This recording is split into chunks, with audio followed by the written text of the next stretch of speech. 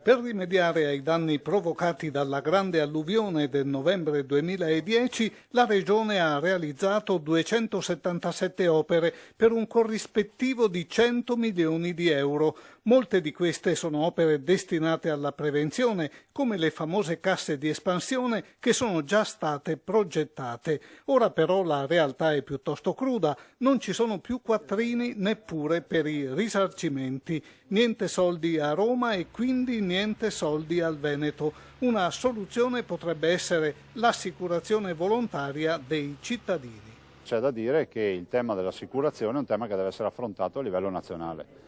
Dobbiamo mettere nelle condizioni i cittadini, a prezzi politici, quindi a prezzi raggiungibili da tutti, di assicurare i loro beni, e questo lo può fare solo il governo.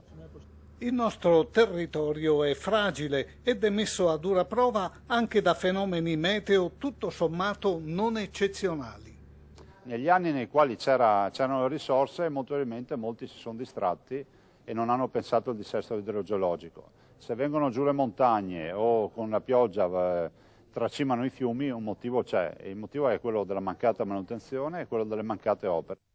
Manutenzioni mancate dunque, opere dimenticate. Basti pensare che l'ultima grande opera idraulica nella nostra regione è stata il bacino di Montebello, realizzato 80 anni fa.